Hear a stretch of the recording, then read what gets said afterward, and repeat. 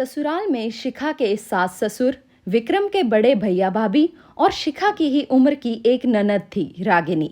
अपनी सादगी और सबका अच्छे से ख्याल रखने के कारण शिखा ने घर में सबके दिलों में जगह बना ली थी।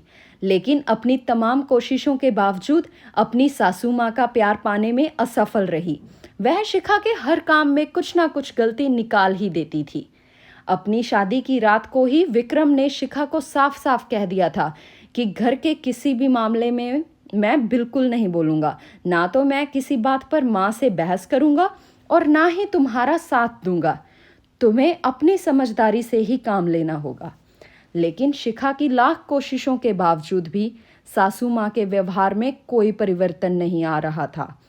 शिखा की ननद जरूर उसकी माँ से शिखा भाभी के प्रति इस तरह से व्यवहार पर उलझ जाती, लेकिन इससे भी केवल बात बढ़ने के अलावा कुछ नहीं होता। इसी तरह करीब 1 साल निकल गया। शिखा और विक्रम को जुड़वा बेटियां हुई। यह समय शिखा के लिए अग्नि परीक्षा का समय था। शिखा का दर्द शिखा के लिए आंसू बन गया था। ससुराल में शिखा को संभालने वाला कोई नहीं था और विक्रम और उनके पापा ने शिखा को अपने मायके भेजने के लिए पहले ही मना कर दिया था। एक दिन रागिनी कॉलेज से आई तो उसने सभी को कॉलेज के सालाना कार्यक्रम में आने के लिए कहा और यह भी कहा कि कॉलेज में उसकी भी 2 प्रस्तुतियां हैं, इसीलिए आप सभी का चलना बहुत ज़रूरी है।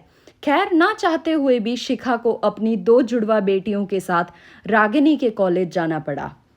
कार्यक्रम की शुरुआत में गीत संगीत की कई प्रस्तुतियां हुई। उसके बाद मॉडलिंग राउंड शुरू हुआ।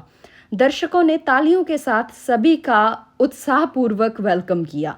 मॉडलिंग में रागिनी ने भी हिस्सा लिया था। आखिरी राउंड में रागिनी के साथ 4 और लड़कियों को सिलेक्ट किया गया, जहां सभी से जज द्वारा एक-एक सवाल पूछकर विजेता घोषित करना था। सवाल जवाब का दौर शुरू हुआ।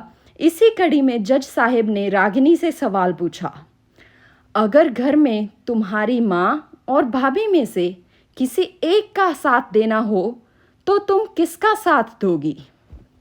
पूरे सदन में खामोशी छाई थी। सभी रागिनी के जवाब की प्रतीक्षा कर रहे थे। तभी रागिनी ने थोड़ा आगे बढ़कर कहा, अगर भाभी सही हो तो अपनी भाभी का। जज साहब ने आगे पूछा, क्यों?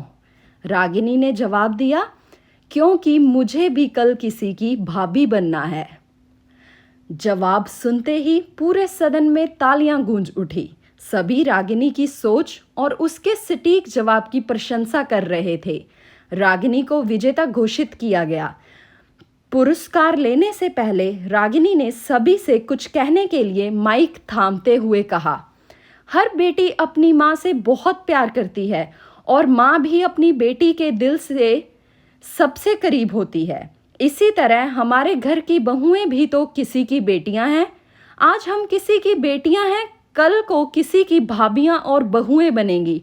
अगर कल से हमें कुछ दुख हुआ तो हमारी माँ को भी दुख होगा, और इसी तरह हमारे घर की बहू को दुख हुआ तो उसकी माँ को भी दुख पहुँचेगा। और इस दुनिया में किसी भी इंसान को किसी की माँ को दुख पहुँचाने का कोई हक नहीं है। इसीलिए हर सांस अपनी बहू को अपनी बेटी समझे तो आगे चलकर उसकी बेटी को भी सुख रहेगा।